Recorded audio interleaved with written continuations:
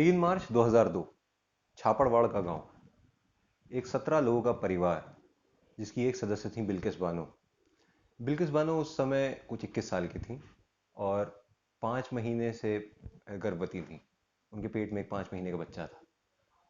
उन 17 लोगों में कुल 8 लोगों का देहांत हो गया, 6 लोग मिसिंग थे और केवल 3 लोग बचे। सहेला बिल्किस बानो की 3 साल की बच्ची थी, उसकी भी हत्या कर दी गई। बिल्किस बानो 2002 के गुजरात दंगों में पीड़ित एक महिला थी। उनका गैंगरेप हुआ था। कुछ 17 लोग उसमें चिन्हित थे तो ऐसे 20 लोग जो लाठी डंडे लेके उन पर हमला कर रहा था जिन्होंने, पर 20 में से 3 को सबूतों के अभाव में छोड़ दिया, 7 बाद में छूट गए, जिसमें से एक का देहांत हो गया। बचे 11। उन 11 को जेल हुई थी। उन 11 में से एक राधेश्याम नाम का व्यक्ति, वो सुप्रीम कोर्ट गया। सुप्रीम कोर्ट में 136 आर्टिकल 136 में एसएलपी होती है। एसएलपी का मतलब होता है स्पेशल लीव पिटिशन। आप अक्सर सोचते होंगे सुप्रीम कोर्ट पूरे देश का भार उठाता है, इतने सारे केसेस पूरे देश में होते हैं, एक एक ट्रायल कोर्ट में हजारों लाखों की संख्या में केसेस चल रहे हैं, तो सुप्रीम कोर्ट में कितने केसेस चल रहे होंगे। आपको जान के आश्चर्य होगा कि उन केसेस की संख्या बहुत छोटी है। कुल 60,000 या 70,000 केसेस सुप्रीम कोर्ट में चल रहे होते हैं। उसका कारण है SLP. SLP special leave petition होती है और केवल वो केसेस जिनकी कुछ कॉन्स्टिट्यूशनल वैलिडिटी होती है, जो कोई कॉन्स्टिट्यूशनल क्वेश्चन का आंसर दे सकते हैं, उनको सुप्रीम कोर्ट में पुटअप किया जाता है। वही 136 के अंदर कवर होते हैं। तो राधे श्याम ने 136 ना लेते हुए आर्टिकल 32 का सहारा लिया, जो कि कॉन्स्टिट्यूशनल रेमेडी को बताता है। कॉन्स्टिट्यूशनल रेमेडी का मतलब है कि आपकी कोई भी फंडामेंटल राइट अगर वायलेट हो रही है, अब्रिज हो रही है, तो सुप्रीम कोर्ट उसका संरक्षण करता है। 226 में हाई कोर्ट और 32 में सुप्रीम कोर्ट उसका संरक्षण करता है। तो 32 के अंदर राधेश्याम जी जो थे, ये गए सुप्रीम कोर्ट और फैक्ट्स को छुपाते हुए इन्होंने कहा कि इनको सजा काटते हुए, सजा याफ्ता हुए बहुत समय हो गया और इनको रिहा कर देना चाहिए, 14 साल से ऊपर हो गया। सीआरपीसी का एक सेक्शन है 432, जो बताता है कि जो सरकार है, जो सेंट्रल, जो क्षमा करिएगा, स्टेट गवर्नमेंट है, शेड्यूल 7 का जो प्रिजन है, शेड्यूल 7 में कॉन्स्टिट्यूशन में जो शेड्यूल 7 में प्रिजन का जो सेक्शन है, जेल का जो सेक्शन है, वो आपको पता चलेगा अगर आप पढ़ेंगे तो। वो राज्य सरकार के अंतर्गत आता है। इसीलिए राज्य सरकार के हाथ में पावर होती है। सीआरपीसी 432 देता है कि अगर किसी व्यक्ति को जेल में ज्यादा समय हो गया है तो उसके सेंटेंस का रिमिशन हो सकता है। रिमिशन मतलब उसके सेंटेंस को कम किया जा सकता है, उसे बाहर छोड़ा जा सकता है। तो ऐसे में 432 का हवाला देते हुए उन्होंने कहा कि उनको 14 साल हो गए हैं और लाइफ इंप्रिजमेंट था और उनको बाहर निकालना जाना चाहिए। मेरे को बताते हुए बहुत अजीब लगता है, शायद जस्टिस सिस्टम यही है, हम कभी समझ नहीं पाते हैं, पर एक्सेस ऑफ जस्टिस मुझे लगता है बहुत मुश्किल है समाज में। आज उसी की थोड़ी सी बात करते हैं। बिल्किस बानो को पे हमला करने वाले वो लोग थे जो उन्हीं की दुकान से दूध खरीदा करते थे। उन्होंने ये बताया था, वो सब उनको जानते थे। रेप ऐसा एक 376 डी में आता है, गैंगरेप आईपीसी के।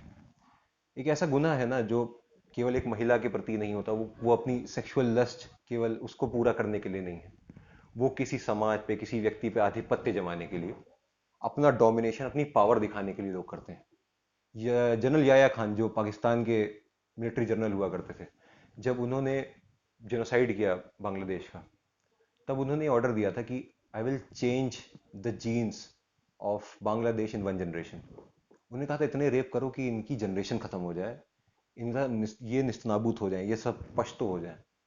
आप खुद सोच सकते हैं कि जो लोग रेप या इस तरह के हीनियस क्राइम करते हैं उनकी मानसिकता क्या होती है। 11 साल बाद जब 2002 में एक केस हुआ, 2008 में उन वो लोग सजा याफ्ता हुए और आज करीबन 14-15 साल बाद उन लोग को रिहाई मिल गई। क्या किसी को थोड़ा सा भी मलाल था उन्होंने क्या किया?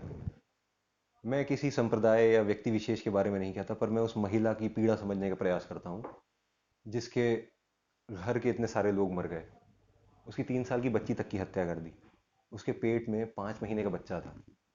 ऐसी परिस्थिति में आप क्या सोचते हैं कि किसी भी व्यक्ति के साथ जो मेंटल ट्रॉमा है वो कितना है?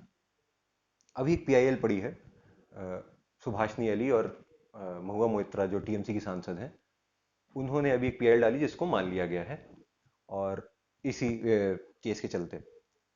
पर आप समझ सकते हैं कि एक्सेस ऑफ जस्टिस कितना है। आज थोड़ा सा इसी विषय में बात करते हैं। एक्सेस ऑफ जस्टिस मुझे लगता है, जो मेरा एक एक्सपीरियंस रहा है एज अ वकील, जब मैं हाई कोर्ट जाता हूँ और कोर्ट में देखता हूँ, इतना ओवरवेलमिंग एक्सपीरियंस होता है एक आम आदमी के लिए। इतने सारे काले कोट में लोग घूम रहे हैं, इतना प्रेशर है, एक एक कोर्ट रूम में खड़ा होना एकदम ट्रॉमेटिक होता है। साथ साथ जो पुलिस का रवैया है, जब आप पहली बार पुलिस इंटरेक्शन करते हैं, वो कितना खतरनाक होता है। इसी विषय में सुप्रीम कोर्ट के चीफ जस्टिस जस्टिस रमन्ना ने भी एक बार बोला था कि एक्सेस ऑफ जस्टिस बहुत वीक है भारत के अंदर। डिजिटल डिवाइड इतना ज़्यादा है, पुलिस का रवैया इतना खराब है, ये जो इंक्लूसिवनेस है, जो बड़े पदों पे बैठे हुए छोटी जाति के लोग वो बहुत कम है, SC ST OBC से आने वाले बहुत कम लोग हैं, तो वो लोगों का दुख नहीं समझ पाते, उनको उस तरह से ट्रीट नहीं करते, वो उनके साथ में जिनके साथ में गलत हुआ होता है वो उनकी तरफ उस खुले दिल से नहीं पहुंच पाते।